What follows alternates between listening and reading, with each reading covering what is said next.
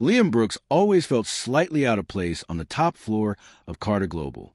The air seemed quieter here, the walls shinier, and everyone moved with fluid precision that made him self-conscious about his own worn shoes and perpetual ink stains on his hands from last-minute work at the office. As an IT technician, he rarely stepped beyond the lower floors, and as a single father, most mornings were a frantic juggling act, packing school lunches, managing homework assignments, and scraping peanut butter off every conceivable surface. Standing here, in the executive corridors where million-dollar decisions were made on a Tuesday afternoon, Liam felt as though he'd wandered into another world entirely. But the moment Ava Carter's assistant called him with urgency about a computer crash during not one, but two investor meetings, he had no choice. The elevator ride was a blur of flashing floor numbers, bright fluorescent lights, and the gnawing worry about Mia, his 8-year-old daughter, homesick on the couch with mild fever. He hated leaving her like this, but his neighbor had promised to check in. Still, guilt clung to him like a wet winter coat. When the elevator doors finally opened, Liam stepped into a hallway lined with reflective black glass. His own nervous face stared back at him as he adjusted his laptop bag and followed the assistant's directions.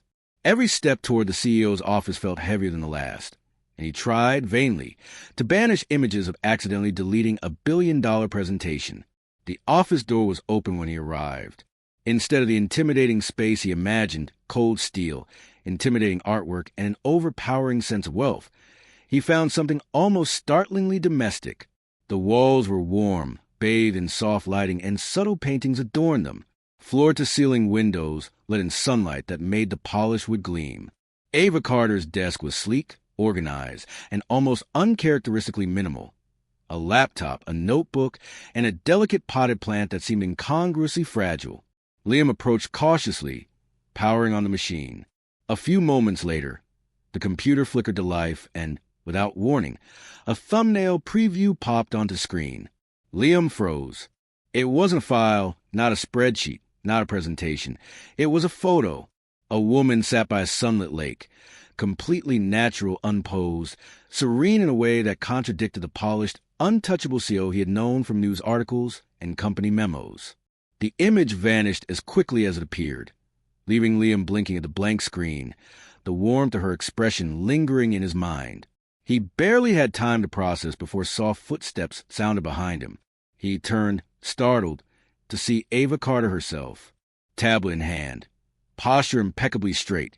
The air around her carried the quiet command she wielded effortlessly.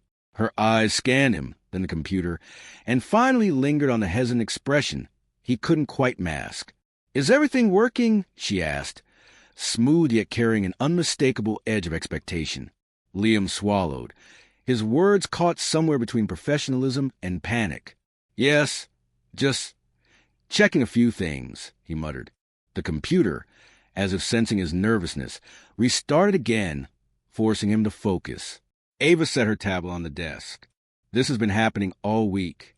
Investors don't appreciate being disconnected mid-presentation," she said calmly. "I'll make sure it stops," Liam replied, nodding quickly, trying not to betray how rattled he was by the photo. Ava's gaze lingered on him longer than expected. Curious, not irritated. The silence stretched and Liam felt his chest tighten. He knew the moment of truth had come when she asked simply, "What did you see?" The question froze him. This wasn't a reprimand or a stern warning. It was direct, honest, probing. He hesitated, then whispered, "It was just a quick pop-up from your photo library. I didn't mean to see it. It was only there for a second." Ava didn't blink, didn't move. "You saw the picture by the lake. What did you think of it?" she pressed calmly, deliberately. He hesitated again, then exhaled. "I didn't expect to see you like that. You looked peaceful, softer than the version people talk about around here. A flicker of something, surprise, maybe relief, passed over her face." She leaned back against her desk. "Do you think I'm pretty?" she asked quietly, almost vulnerably. Liam felt his heart skip. Not playful, not teasing. This was serious. He chose honesty. You looked human in that photo. Not just a CEO, not just untouchable. You looked real. And yes, pretty. She breathed slowly, a small weight lifting from her shoulders. That picture was taken 2 years ago by my sister. It was the last time I went anywhere without bringing half the company with me. People see me as a machine, efficient, precise, untouchable. They wouldn't believe that photo was me. Liam, grounding himself by leaning on the office chair, replied, "Maybe that's the problem. Everyone sees a version of you that fits their expectations. Doesn't mean it's the whole picture." For the first time, her expression softened. Recognition, not arrogance. "You're not afraid to say something real," she admitted. He shrugged lightly. "Single parenting burns out pretenses fast. You either deal with life as it is, or you crash." Her eyes softened. "You have a daughter?" "Mia, 8, he said. "She's homesick today." A small smile tugged at the corner of her lips. "Must be hard to do it all alone." "It can be, but she's the best part of my life," he admitted. Ava observed him with something warm, thoughtful, maybe even envious. The tension in the room eased. The atmosphere had shifted. Their conversation drifted, personal details spilling quietly across the polished desk. Ava shared moments she rarely admitted. Childhood trips, her first failed venture, the fear and pressure of taking over a global company. Liam shared the joys and struggles of raising Mia alone. The stark honesty created an invisible bond. When Liam finally repaired the computer, the system stable and free from further crashes, Ava didn't retreat to her usual authoritative posture. Instead, she lingered, arms loosely crossed, the quiet between them no longer tense, but intimate. "Thank you," she said softly. "Not just for fixing the computer." Liam packed up his tools, feeling a warmth he hadn't expected when stepping into her office. "You were right about the photo," Ava called after him as he reached the door. "I was happier that day." He turned, meeting her gaze. "Maybe you will be again." The elevator doors closed between them, but the sense of connection lingered. The day that had begun with a simple IT repair had shifted irrevocably, opening a door neither of them expected. The next morning, Liam's inbox held an unexpected email from Ava Carter's assistant. A follow-up meeting, top floor, no explanation, no details, just a time and room number. Panic fluttered in his chest. Had he crossed a line? Had yesterday's honesty been too personal? The elevator ride felt heavier, each passing floor magnifying his anxiety. By the time he reached Ava's office, he had rehearsed 5 different apologies in his head. None sounded sufficient. Ava was waiting near the seating area, not behind her desk. She looked different, not in appearance, but in energy, less guarded, more thoughtful. She gestured for him to sit. "I hope I didn't interrupt your morning," she said. Careful, almost gentle. "Not at all," he replied, attempting to read her expression. There was little to interpret. She wasn't giving much away, yet the subtle warmth in her tone was disarming. For a few moments, silence lingered. Ava drew in a breath, as if choosing her words mattered more than usual. "I've been thinking about something," she began quietly. "About you?" Liam froze, caught off guard. She smiled faintly, reassuringly. "Not in a complicated way," she clarified. "Professionally, though, not entirely limited to that either." He nodded slowly, unsure where this was heading. "You may not realize this, but people rarely tell me the truth. They rarely show me who they really are. Yesterday, you did both without trying," she continued. Her gaze met his steadily. "It made me realize something. I need people like that around me." He blinked, taken aback. "I'm building a small internal team," she said, leaning slightly forward. "A think tank for a confidential project. People with different perspectives. People I can trust to give me unfiltered truth." Her eyes held his. "I want you on it." "Me?" Liam stammered, almost laughing. "Ava, I fix computers." "I don't. I'm not." "You're qualified in ways that matter to me," she interrupted. "I have people with degrees, influence, polished speech. What I don't have is someone who sees me as a person, not a title. Someone honest." Her words carried weight that made his chest tighten. "Before you try to turn this down, understand, I meant what I said yesterday. You're not invisible here. Not to me." He took a slow breath, grounding himself. "What exactly would I be doing?"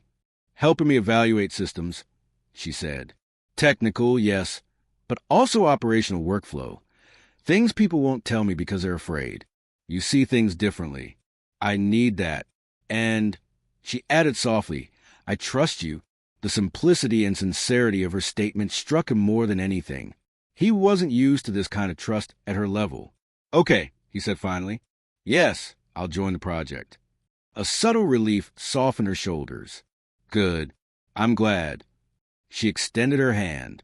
Liam rose, shaking it firmly. Welcome to the team, she said. But it didn't sound like a typical workplace greeting. It sounded like the beginning of something neither of them yet understood. Over the following weeks, Liam's world changed in ways he hadn't imagined. Meetings he had never dreamed of attending became routine. Sitting among executives, he noticed the initial raised eyebrows when Ava introduced him, followed by silence once her tone made it clear. His presence wasn't up for discussion. What surprised him most wasn't the work. It was Ava. She didn't treat him like a temporary inclusion. She treated him like a valued voice. She asked for his perspective, revisited questions, sometimes lingered to discuss things unrelated to project. Their conversations naturally drifted into personal territory. She asked about Mia, school, fever, hobbies, even what she liked to draw. Liam realized that her curiosity was genuine, and in return, Ava revealed pieces of herself rarely shared. Childhood summers, her first failed venture, the apprehension of taking control of a global corporation. Each story, each quiet confession, strengthened a fragile, unspoken bond. One evening, long after most of the building had emptied, they wrapped up reviewing documents. The city lights shimmered against the windows, reflecting across the glass table. Ava stretched, rubbing her temples. I think that's enough for today. My brain is giving out. Pretty sure mine gave out an hour ago, Liam joked, gathering his notes. She laughed softly, a sound he still wasn't accustomed to but enjoyed more each time. Instead of returning to her desk, she walked with him toward the elevator, a small gesture that felt unexpectedly intimate. You know, she said, glancing at him, I never expected any of this. Any of what? He asked gently. Working with someone who doesn't filter everything they say.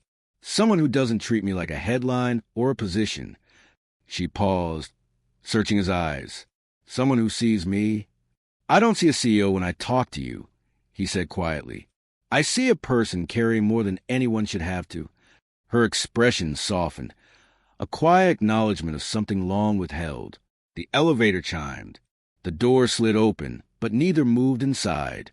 They lingered, close enough to feel a quiet warmth, close enough that the space between them carried unspoken weight. You remember what you said about that photo? About me looking peaceful? She whispered. I've been thinking about it, he replied. I think I felt that way because, for a moment, I was alone. Ava swallowed lightly, gaze steady. The strange thing is, I've been feeling that again lately. He stepped closer, careful, non-intrusive. You're not alone, he said softly. Not anymore. Her eyes held his, open, unguarded, the real Ava Carter, not the formidable CEO mask. For a long moment, neither moved. Life's pace could wait. The elevator doors began to close, and she placed a hand on the frame, stopping it. Thank you, Liam, she said, for all of this, for being you. Any time, he said, stepping into the elevator, a warmth spreading through him he hadn't expected that morning. When the doors closed, Ava remained in the corridor, yet she wasn't lonely. She felt something far more hopeful than she had allowed herself to feel in years. Weeks passed, and their connection grew quietly but unmistakably. Meetings, discussions, and late-night reviews turned into moments of trust, understanding, and subtle intimacy. The initial IT repair had blossomed into something neither had anticipated, a bridge between two worlds, one rooted in human honesty rather than titles or power. Ava continued to challenge him professionally, yes, but with a rare vulnerability and trust that made Liam feel seen, appreciated, and, in a way, understood. In return, he shared the unglamorous yet meaningful moments of single parenthood, the chaos and the love, the quiet victories and exhausting days. The photo of Ava by the lake became more than a snapshot. It symbolized a truth rarely visible to the world.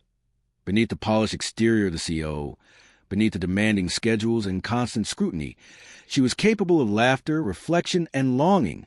And Liam, for his part, discovered that someone as seemingly untouchable as Ava Carter could be just as human as anyone else. Their story, unexpected, fragile, and quietly beautiful, had begun with a single accidental photo. Yet it became something far greater, a testament to honesty, trust, and surprising connections that can grow when two people allow themselves to see each other for who they truly are. If you enjoyed this emotional journey of a single dad and a billionaire CEO discovering honesty, connection, and unexpected love, make sure to subscribe to Drew Daily Stories for more heartwarming drama, relatable characters, and stories that captivate from first line to last.